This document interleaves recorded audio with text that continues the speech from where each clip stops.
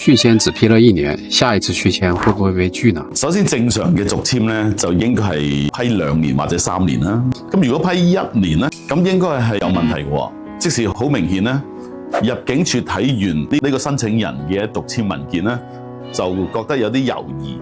咁啊，不如批你1年，睇下你1年後會唔會有啲改善？猶豫啲乜嘢咧？譬如話佢留港嘅時間好少啦，佢工作又唔覺得好真實，又或者創業嘅時候咧，佢營運又值得懷疑嘅。咁入境處但係又唔想拒絕對方喎，批1年先啦。所以得唔得就睇佢1年後嗰個表現係點啦，實際情況係點。這1年是維持現狀。如果維持現狀咧，即使嗰個猶豫、個懷疑係冇改變咧，咁好大機會係拒簽。有什麼建議？